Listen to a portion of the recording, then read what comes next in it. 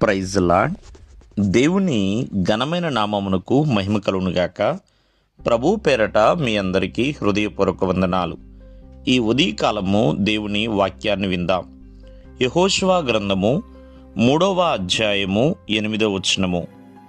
మీరు యోర్దాను నీళ్లు ధరికి వచ్చి యోర్దానులో నిలువుడని నిబంధన మందస్సమును మోయు యాజకులకు ఆజ్ఞాపించుము. దేవాది దేవుడు యెహోషువతో చెప్పినట్లుగా అలాగే మోషేకు ఎలా తోడుగా ఉన్నాడో యెహోషువతో కూడా దేవుడు అలాగే తోడుగా ఉన్నాడు. మరి మోషే తర్వాత ఇశ్రాయేలు ప్రజలను నడిపించడానికి దేవుడు యెహోషువను బలపరిచి ఉన్నాడండి.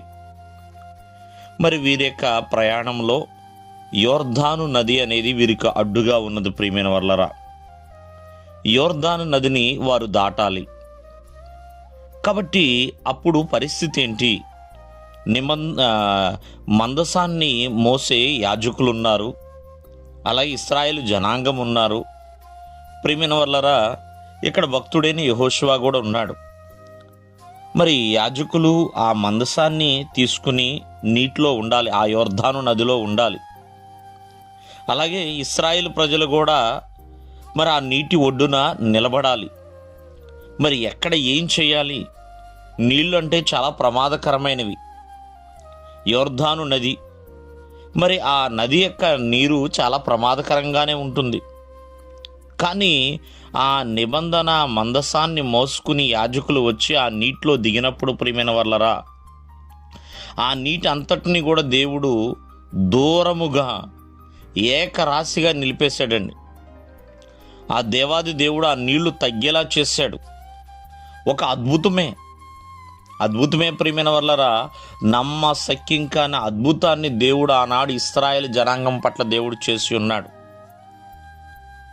40 సంవత్సరాలు ఎడారిలో నడిపించటమే కాదు ప్రియమైన వర్లరా, వీరి జీవితంలో ఇటువంటి అద్భుతాలు ఎన్నో చేసి ఉన్నాడు. కావున మరి ఇక్కడ మనం యాజకుల గురించి ఆలోచన చేసినా, ఇశ్రాయేలు జనాంగం గురించి ఆలోచన చేసినా, వీరి యొక్క అడుగులు విశ్వాసంతో వేయవలసిన పరి వచ్చి ఉన్నది. మరి ఆ దేవాది దేవుడి మీద విశ్వాసం ఉంచితేనే వారు యోర్దాను నదిని దాటగలుగుతారు, లేకపోతే లేదు. కావున ఆత్మీయ జీవితంలో ఎదగాలి అన్నా, ఫలించాలన్నా, దేవుని ద్వారా ఎన్నో ఘనమైన కార్యాలు చూడాలి అన్నా విశ్వాసంతో దేవునిలో మనం నడవాలండి. విశ్వాసముతో నడిచేవారిగా ఉంటేనే ఎన్నో కార్యములు చూడగలుగుతాము, ఎన్నో అవరోధములను అధిగమించగలుగుతాం. ఇక్కడ యెహోషువతో చెప్పినట్లుగా మరి వారందరూ కూడా విశ్వాసంతోనే ముందుకు నడిచి ఉన్నారు. వారి పట్ల దేవుడు అద్భుతాలు చేసి ఉన్నాడు. దేవుడు మిమ్మను ఆశీర్వదించునుగాక. ఆమేన్.